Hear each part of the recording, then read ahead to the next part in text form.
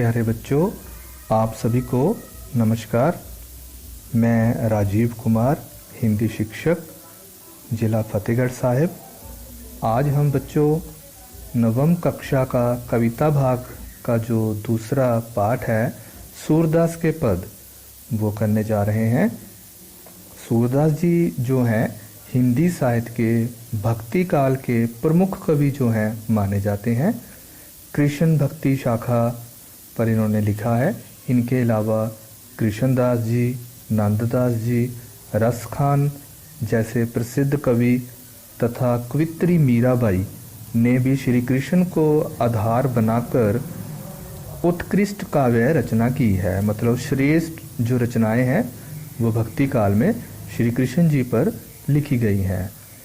श्री कृष्ण की भक्ति से ओत प्रोत रसखान के जो सवैये हैं उनको तो विद्वानों ने सचमुच ही रस की खान माना है। और मीराबाई का भी हिंदी की कवित्रियों में बड़ा ऊंचा स्थान है, क्योंकि उनकी रचनाओं में श्री कृष्ण भक्ति के सुंदर व मधुर गीत जो हैं जगत प्रसिद्ध हैं। लेकिन आज हम बेटा सूरदास जी के जो पद हैं वो करने जा रहे हैं। तो सबसे पहले हम सूरदास जी का जो परिचय है वो जान लें। सूरदास जी सगुण ब्रह्म के उपासक कवि थे। तो भक्ति काल के जितने भी कवि हुए हैं उन्होंने परमात्मा के दो रूप माने हैं। एक होता है सगुण, एक होता है निराकार, जिसका कोई आकार ना हो।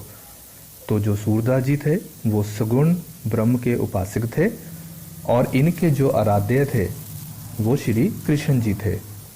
इनका जन्म सन 1478 में सीही ग्राम, जो कि दिल्ली के निकट पड़ता है, तो उसमें एक सारस्वत परिवार में हुआ था।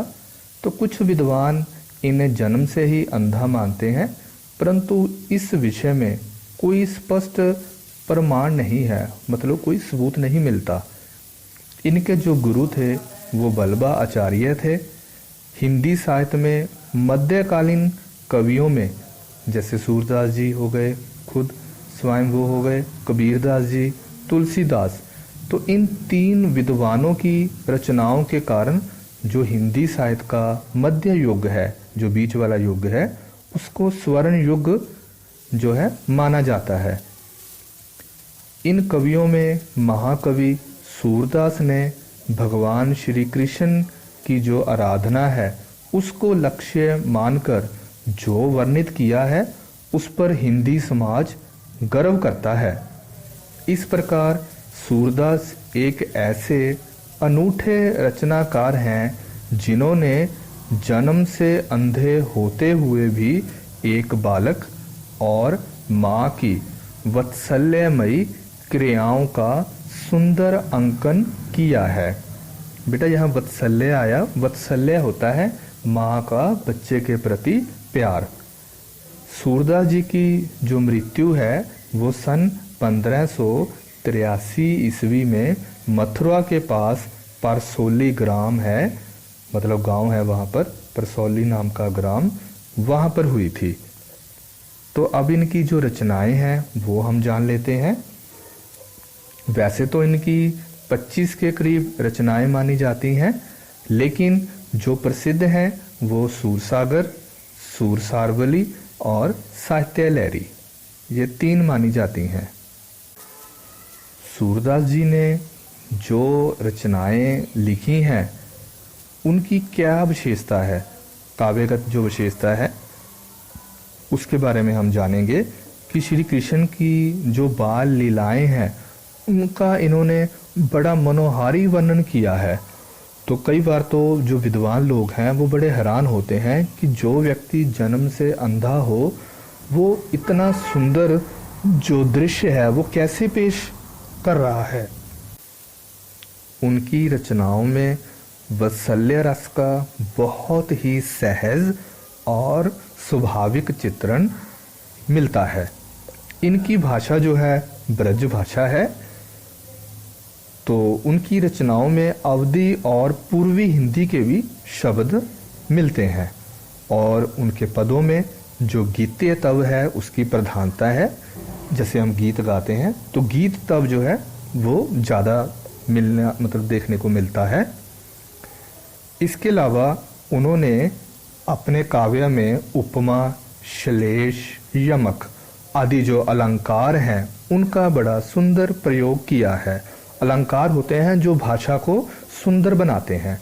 जैसे औरतें होती हैं वो गहने मतलब डालती हैं जिससे उनकी सुंदरता और बढ़े, तो भाषा की सुंदरता बढ़ाने के लिए जो है अलंकारों का प्रयोग होता है।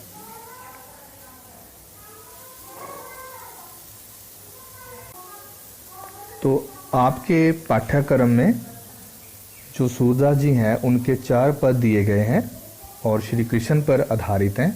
तो सबसे पहले हम पढ़ते हैं जो पहला पदांश है। जसोदा हरि पाले झुलावे, हल रावे दुलराए मलहावे, जोए सोए कछु गावे। तो ये 2 पंक्तियां मैंने पढ़ी हैं। तो इसमें जो शब्द आया है जसोदा, तो इसका जो है आपको पता होगा श्री कृष्ण जी की माता का जो नाम था वो यशोदा जी था। हरि, हरि का भाव यहाँ पर श्री कृष्ण है। झुलावे, झुलावे का मतलब है यहाँ पर झूला। हलरावे यहाँ दिया है, इसका अर्थ होता है बेटा झुलाती है, मतलब झूले को हिला रही है। दुलराए, दुलराए होता है दुलारती है, मतलब जो माता यशोदा है वो श्री कृष्ण को प्यार कर रही है। मलहावे, मलहावे का अर्थ है चूमना। जोए सोए, यहाँ पर जोए सोए का बेटा अर्थ है जो उसके मन में आता है। कछु गावे मतलब गा रही है। तो दोनों पंक्तियों की व्याख्या करते हैं कि माता यशोदा बालक श्री कृष्ण को झूले में सुला रही है।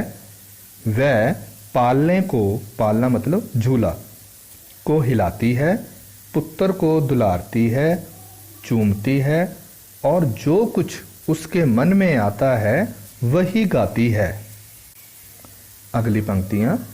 मेरे लाल को आओ निंदरिया, निंदरिया नींद, काहे ना आने सुवावे, सुवावे सुलाना, तू काहे नहीं बेगहे आवे, तो को कान बुलावे। यहाँ पर काहे का अर्थ है क्यों नहीं, बेगही का मतलब है जल्दी ही, आवे आना, तो को कान बुलावे कि तुझको जो कान्हा है मतलब जो श्री कृष्ण जी हैं वो बुला रहे हैं। तो अब इसकी व्याख्या करते हैं। तो माता यशोदा जो है वो गाती है, ओ री नींद तू मेरे लाल के पास आ, तू आकर इसे सुलाती क्यों नहीं, तुम्हें कब से कन्हैया बुला रहा है। अगली पंक्तियां। कब हुक पलक हरि मूंद लेत हैं, कब हु अधर फरकावे, अधर होते हैं होंठ, सोवत जाने मोन हवे, रह रह करे करे सैन बतावे। सैन होता है संकेत, मौन हवे का यहाँ अर्थ है चुप होकर। तो अगली पंक्तियों में कहा गया है कि श्री कृष्ण कभी पलकों को बंद कर लेते हैं, श्री कृष्ण कभी पलकों को बंद कर लेते हैं। कब हुक पलक हरि मूंद लेत, और कभी होठों को फड़काते हैं, कबहू अधर फरकावे। उन्हें सोया जानकर यशोदा चुप हो जाती है, सोवत जान मौन हवे रह रह, और दूसरों को इशारे से ही कुछ बातें समझाती हैं। तो अंतिम पंक्तियां। इन्हीं अंतर अकुलाई उठे हरि, जसुमती मधुरै गावे, जो सुख सूर अमर मुनि दुर्लभ, सो नंद भामनी पावे। तो इन पंक्तियों में अंतर का मतलब है बीच, अकुलाई है व्याकुल, व्याकुल होकर, उठ हरि मतलब इन्हें अंतर अकुलाई उठे हरि, जसमती मधुर गावे, कि जो यशोदा जी हैं वो फिर से जो मधुर गाने हैं वो गाने लगती है। तो जो इसी बीच हैं श्री कृष्ण जी उकला उठते हैं, मतलब वो बेचैन होकर उठ जाते हैं और जो यशोदा जी जो हैं वो फिर से अपने मधुर स्वर में गाने लगती है। तो सूरदास जी कहते हैं कि नंद की पत्नी यशोदा को जो सुख प्राप्त हो रहा है वह सुख देवताओं मुनियों को भी प्राप्त नहीं होता। मतलब ऐसा जो सुख है इसमें आया है दुर्लभ, मतलब बड़ी कठिनाई से मिलता है। जो चीज़ हमें कठिनाई से मिले वो दुर्लभ होती है। तो यशोदा जी को सुख प्राप्त हो रहा है। तो ये था आपका पहला पदांश, जिसमें सूरदास जी ने अंधे होते हुए भी छोटे बच्चे के सोने और माँ की जो वात्सल्यमयी क्रियाएं हैं उनका बड़ा सुंदर अंकन जो है किया है। अब हम बच्चों इस पूरे पदांश की जो है व्याख्या को समझेंगे। सबसे पहले जब भी इस तरह का पदांश आता है आपने उसका प्रसंग लिखना होता है। मैं एक बार आपको प्रसंग बता देता हूँ, ठीक है? फिर बाकी के जो पदांश हैं उनमें भी वही प्रसंग आप लिख सकते हो। तो प्रस्तुत पदांश हमारी हिंदी की पाठ्य पुस्तक में संकलित सूरदास के पद शीर्षक पदों में से लिया गया है। इसके रचता महाकवि सूरदास जी हैं और ये इनके महान ग्रंथ सूरसागर का भाग है। इसमें कवि ने माता यशोदा द्वारा बालक श्री कृष्ण को झूले में झुलाकर सुलाने के प्रयास का संजीव चित्रण किया है। माता यशोदा की विभिन्न क्रियाओं को भी अत्यंत सूक्ष्मता से दर्शाया गया है। तो व्याख्या, सूरदास जी का कथन है कि माता यशोदा बालक श्री कृष्ण को झूले में सुला रही है। वह पालने को हिलाती है, पुत्र को दुलारती है, चूमती है और जो कुछ उसके मन में आता है वही गाती है। वह गाती है, ओ री नींद तू मेरे लाल के पास आ, तू आकर इसे सुलाती क्यों नहीं है? तुम्हें कब से कन्हैया बुला रहा है। श्री कृष्ण कभी पलकों को बंद कर लेते हैं और कभी होठों को फड़काते हैं। उन्हें सोया जानकर यशोदा चुप हो जाती है और दूसरों को इशारे से ही कुछ बातें समझाती है। इसी बीच श्री कृष्ण उकला उठते हैं और यशोदा फिर से मधुर स्वर में गाने लगती है। सूरदास कहते हैं कि नंद की पत्नी यशोदा को जो सुख प्राप्त हो रहा है वह सुख देवताओं मुनियों को भी प्राप्त नहीं होता। दूसरा पदांश, कहन लागे मोहन माया माया, नंद मेहर सो बाबा बाबा, अरु हलधर सो भाया।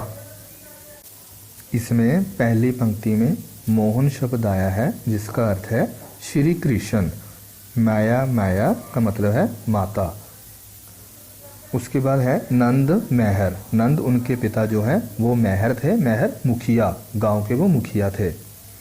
हलधर बलराम श्री कृष्ण के बड़े भाई। तो सूरदास जी का कथन है कि बालक कृष्ण अब कुछ बड़े हो गए हैं। वे माता यशोदा को माया माया कहकर पुकारने लगे हैं। ग्वालों के मुखिया नंद को बाबा बाबा और हलधर जो उनके बड़े भाई बलराम हैं उनको भैया कहकर कहने लगे हैं। कहने का भाव ये है कि श्री कृष्ण ने अब बोलना सीख लिया है। अगली पंक्तियां, ऊंचे चढ़ चढ़ कहत जसोदा, लै लै नाम कन्हैया, दूर खेलन जानो जाहे, लला रे मारेगी काहू की गैया। इन पंक्तियों में जो कठिन शब्द आए हैं, जनी मतलब मत, जाना जाहू जाना, लला का अर्थ है पुत्र, काहो की किसी की, गया मतलब गाय। तो अब इसकी व्याख्या करते हैं। बालक कृष्ण को बाहर खेलने के लिए जाता हुआ देखकर माता यशोदा छत पर चढ़कर श्री कृष्ण को पुकारती हुई कहती है कि हे मेरे लाल, खेलने के लिए अधिक दूर मत जाना, क्योंकि किसी की गाय तुम्हें चोट पहुंचा देगी। इस पदांश की अंतिम पंक्तियां, गोपी ग्वाल करत कोतूहल, घर घर बजत बधाइया, सूरदास प्रभु तुम्हारे दर्श को, चरणी की बलि जया। तो इनमें जो कठिन शब्द आए हैं, कोतूहल होता है आश्चर्य, बधाया का अर्थ है बधाई, दर्श का मतलब है दर्शन, चरणनी का मतलब है चरणों, बलि जया बलिहारी जाता हूँ मतलब निछावर होना। तो अंतिम पंक्तियों में कविवर सूरदास जी कहते हैं कि श्री कृष्ण के बड़ा होने पर गोपियाँ और जो ग्वाले हैं उत्सव मना रहे हैं और आश्चर्यचकित हैं, और इसी खुशी में घर घर में बधाइयाँ दी जा रही हैं। कवि कहते हैं, हे प्रभु, मैं तुम्हारे दर्शनों के लिए तुम्हारे चरणों पर बलिहारी जाता हूँ। तो अब हम इस पूरे पदांश की जो व्याख्या है एक बार फिर से समझते हैं। सूरदास जी का कथन है कि बालक कृष्ण अब कुछ बड़े हो गए हैं, वे माता यशोदा को मैया मैया कहकर पुकारने लगे हैं, ग्वालों के मुखिया नंद को बाबा बाबा और हलधर बलराम को भैया कहकर कहने लगे हैं। कहने का भाव ये है कि श्री कृष्ण ने अब बोलना सीख लिया है। बालक कृष्ण को बाहर खेलने के लिए जाता हुआ देखकर माता यशोदा छत पर चढ़कर श्री कृष्ण को पुकारती हुई कहती है कि हे मेरे लाल, खेलने के लिए अधिक दूर मत जाना, क्योंकि किसी की गाय तुम्हें चोट पहुंचा देगी। कविवर सूरदास जी कहते हैं कि श्री कृष्ण के बड़ा होने पर गोपियां और ग्वाले उत्सव मना रहे हैं और आश्चर्यचकित हैं। इसी खुशी में घर घर में बधाइयाँ दी जा रही हैं। कवि फिर कहते हैं, हे प्रभु, मैं तुम्हारे दर्शनों के लिए तुम्हारे चरणों पर बलिहारी जाता हूँ। तीसरा पदांश, मैया कबहू बढ़ेगी चोटी। कबहू का अर्थ है यहाँ पर कब तक। कितनी बेर मोहे दूध पियत भई, ये अंजहू है छोटी। कितनी बेर का मतलब कितनी बार, पियत पीते हुए, अंजहू अब भी। तो इन पंक्तियों में सूरदास जी का कथन है कि बालक कृष्ण अपनी माता यशोदा से शिकायत करता हुआ कहता है कि मेरी चोटी कब बड़ी होगी, मैंने कितनी बार दूध पी लिया है किंतु ये अब भी छोटी है।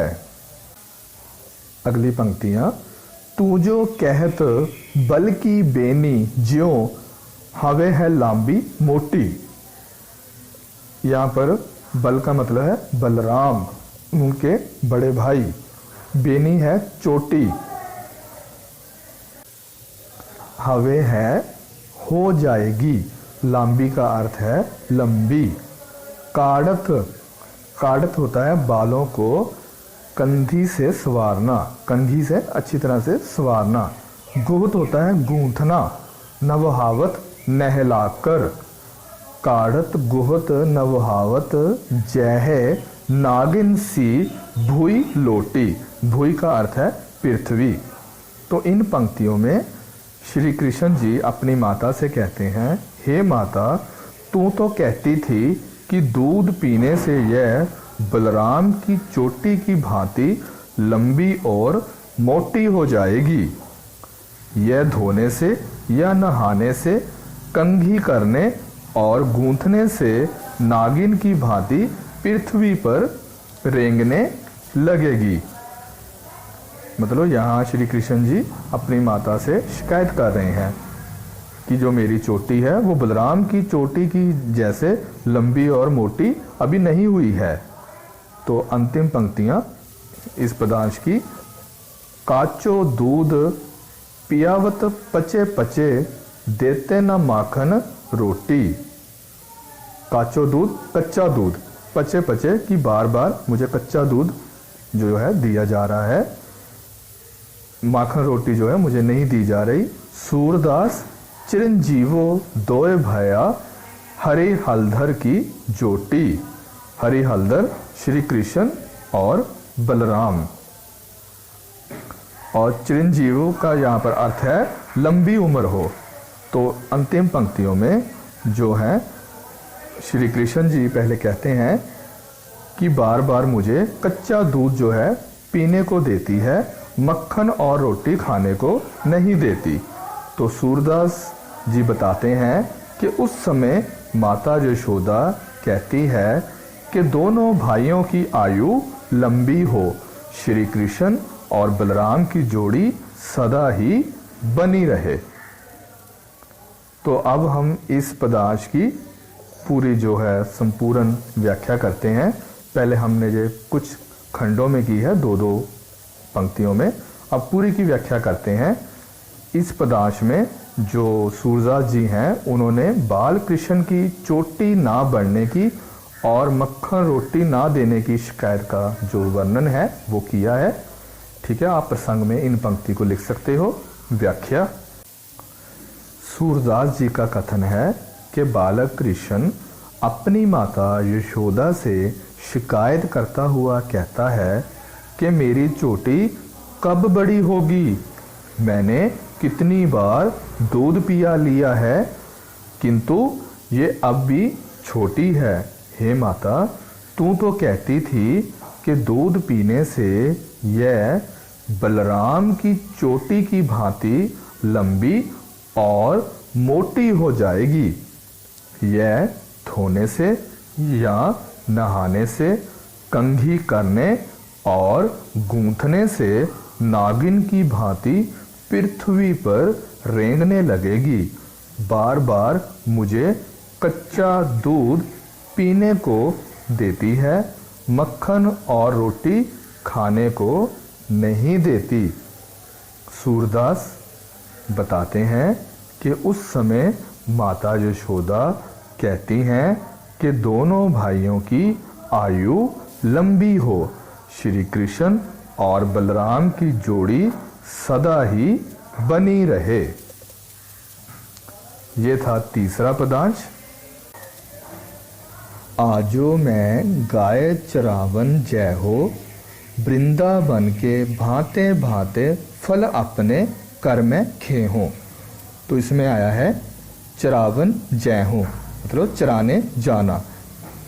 गाय का अर्थ पता है आपको, गाय होता है वृंदावन जहाँ पर श्री कृष्ण जी रहते थे, उनका पालन पोषण हुआ वहाँ पर। तो इसमें बालक श्री कृष्ण माता यशोदा से आग्रह करते हैं कि आज वे अवश्य ही गाय चराने के लिए जाएंगे। वे कहते हैं कि मैं वृंदावन में लगे अलग अलग प्रकार के फलों को अपने हाथों से तोड़कर खाऊंगा। अगली पंक्तियां, ऐसी बात कहो जन बारे, देखो अपनी भांति, तनक तनक पग चले हो कैसे, आवत हवे है अति राती। यहाँ पर तनक तनक का अर्थ है छोटे छोटे, पग होता है कदम। तो इन पंक्तियों में माता यशोदा उसे समझाती हुई कहती है कि ऐसी बात नहीं करते, अपनी ओर तो देखो, तुम अपने नन्हे नन्हे पाँव से कैसे चलकर जाओगे? तुम्हें लौटते समय बहुत अधिक रात हो जाएगी। अगली पंक्तियाँ। प्रात जात गया ले चारण, घर आवत हैं सांझ, तुम्हारे कमल बदन कुमलय है, रेगते घम है माझ। तो इनमें कठिन जो शब्द हैं आए हैं। चल है मतलब चलकर, कुमलय है मुरझाना, घम है धूप। तो इन पंक्तियों में जो है श्री कृष्ण को बताती हैं कि गाय को चराने के लिए सुबह सुबह ले जाते हैं और फिर शाम समय तक घर लौटते हैं। सांझ का मतलब होता है शाम। धूप में चलते चलते तुम्हारा कमल के समान कोमल एवं जो सुंदर मुख है वो मुरझा जाएगा। इस पदांश की अंतिम पंक्तियां। तेरी सो मोहे घाम न लागत, भूख कहें कुछ नेक, सूरदास प्रभु कहे वो ना मानत, परयो अपनी टेक। तो टेक होती है जिद, हठ, ना मानत ना मानना। तो इन पंक्तियों में जो है श्री कृष्ण जी के बारे में बताया है कि श्री कृष्ण के मन में गायों को चराने की जो लालसा है बहुत अधिक है। इसलिए वह माता यशोदा को कहते हैं, अरे मैया मैं तेरी शब्द लेकर कहता हूँ, मुझको धूप लगती नहीं और ना मुझे भूख प्यास लगती है। सूरदास कवि वर्णन करते हुए कहते हैं कि मेरे प्रभु माता यशोदा की बात नहीं मान रहे और उन्होंने गाय चराने जाने की हठ ठान ली है। तो अब बच्चों हम इसकी संपूर्ण जो है व्याख्या करते हैं इस पदांश की, जो आपका अंतिम पदांश है इस पाठ्यक्रम का। तो जैसे आप हठ करते हो, सभी जब छोटे होते हैं, बच्चे होते हैं तो वो हठ करते हैं, तो ऐसा ही वर्णन इस पदांश में किया है कि श्री कृष्ण जी जो हैं माता यशोदा से गाय चराए जाने की हठ कर रहे हैं।